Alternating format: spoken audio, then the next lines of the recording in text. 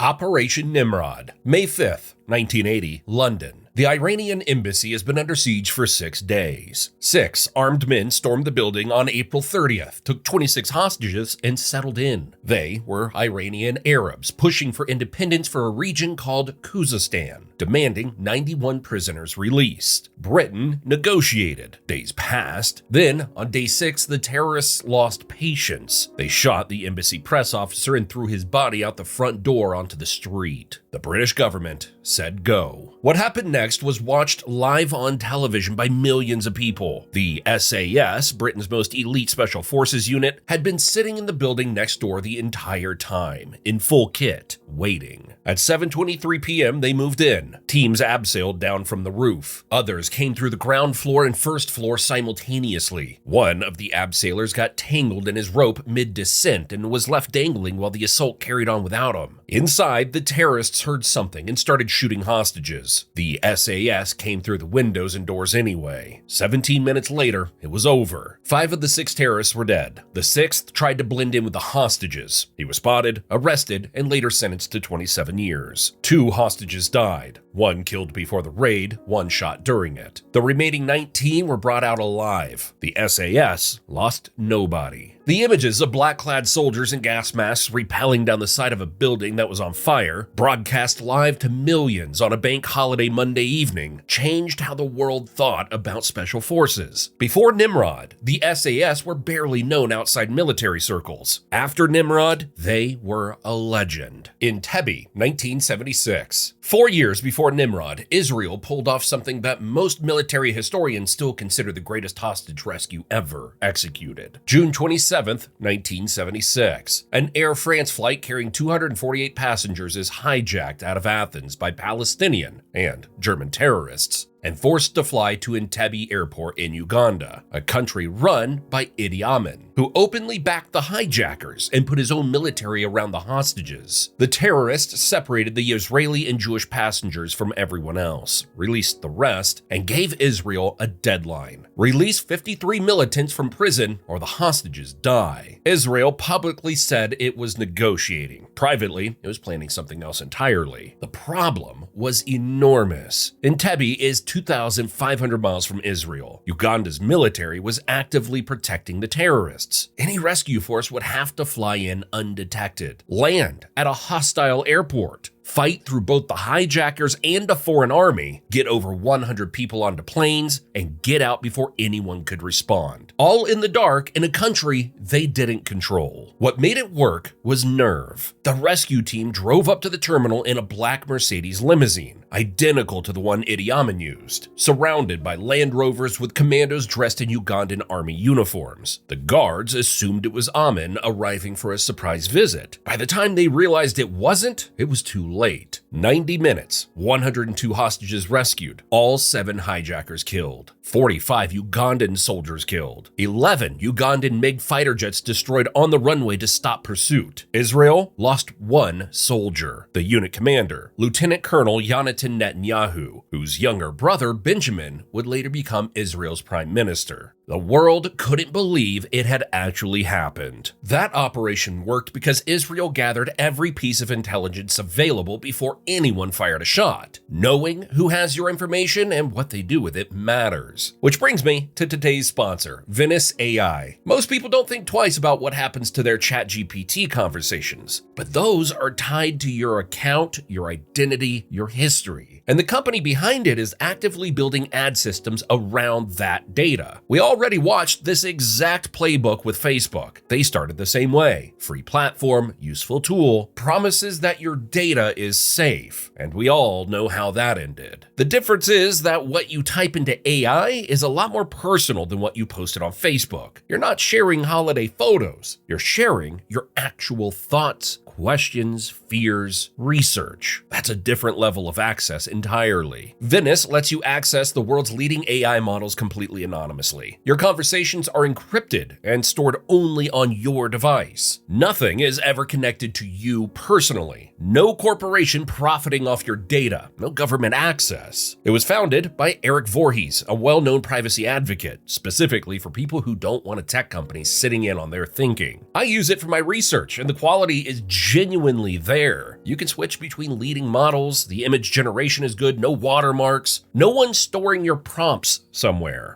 Go to Venice.ai/lastbraincell and use the code LASTBRAINCELL for 20% off a pro plan. Links in the description. Son Tay, 1970. Now one that deserves way more attention than it gets, partly because it failed, and partly because that failure is one of the most remarkable things about it. By 1970, the Vietnam War had ground to a bloody stalemate. Hundreds of American POWs were locked in North Vietnamese prison camps, being tortured, starved, and kept in solitary confinement. Intelligence identified a camp at Son Tay, 23 miles west of Hanoi, believed to hold around 60 Americans. The decision was made to go get them. Colonel Arthur Bull Simons, already a legend having led the Cabanatuan raid in World War II, was put in charge. He handpicked 56 Green Berets. For months, they trained on a full-scale replica of the Son Tay compound, running over 170 rehearsals until every detail was second nature. One helicopter was deliberately planned to crash land inside the prison walls to get the assault team in fast. Not a contingency, the actual plan. On November 20th, 1970, the force launched from Thailand. Over 100 aircraft were involved. At 2:19 a.m., the helicopter crash-landed inside the Son Tay compound exactly as planned, guns going from the moment it hit the ground. Captain Dick Meadows grabbed a bullhorn. "We are Americans. This is a rescue. Keep your heads down. We are here to get you out." Silence. The cells were empty. The POWs had been moved 4 months earlier because flooding had made the camp's water supply unusable. Intelligence showed this existed. It just hadn't reached the right people before the mission launched. The raiders had flown into one of the most heavily defended airspaces on Earth, executed a near-perfect operation, and found nobody there. Back in Thailand, 27 minutes after landing. 2 casualties, a gunshot wound and a broken ankle. No Americans killed. But here's the thing, it wasn't really a failure. The North Vietnamese were so rattled that a US raiding force had gotten 23 miles from their capital undetected, they immediately moved all their American POWs into one central prison in Hanoi. Men who had spent years in solitary confinement were suddenly together in large cells. Food got better, mail started getting through. POWs later said the night of the Son Tay raid, despite the rescue never coming, was one of the best nights of their entire captivity. Cabanatuan, 1945. Most people have never heard of this one. They should. After the fall of the Philippines in 1942, tens of thousands of American and Filipino soldiers were captured by Japan. What followed was the Bataan Death March, 65 miles on foot through brutal heat with no water or food, guards executing anyone who fell behind. Thousands died. The survivors ended up in Cabanatuan prison camp, where disease, starvation, and random killings went on for years. By January 1945, MacArthur's forces were pushing back through Luzon. Then American commanders learned something that changed everything. Japan had issued a secret order that all POWs were to be executed before they could be liberated. They knew this because it had already happened. Japanese soldiers locked 150 prisoners in an air raid shelter on Palawan Island, poured in aviation fuel, and set it on fire. Only 11 survived. Cabanatuan still had over 500 men inside. A force of 120 Rangers and Alamo Scouts, along with around 200 Filipino guerrillas, marched 30 miles through Japanese-held territory to reach the camp. To distract the guards, a P-61 Black Widow night fighter flew low over the compound, cut its engine, and performed fake crash maneuvers while the rescue force crawled into position through the surrounding fields. Villagers along the route muzzled their dogs and caged their chickens so they wouldn't give anything away. The raid took 30 minutes. Over 500 POWs freed. Some were so malnourished the Rangers carried 2 men on their backs at once. The force escaped using 106 water buffalo carts. Filipino villagers kept adding more carts along the way because the men had no shoes and couldn't walk. 2 Rangers died. MacArthur said afterward, "No incident of the entire Pacific campaign has given me such satisfaction. If you want to know what would happen if the Civil War happened now, check out the video on your screen. Thanks for watching."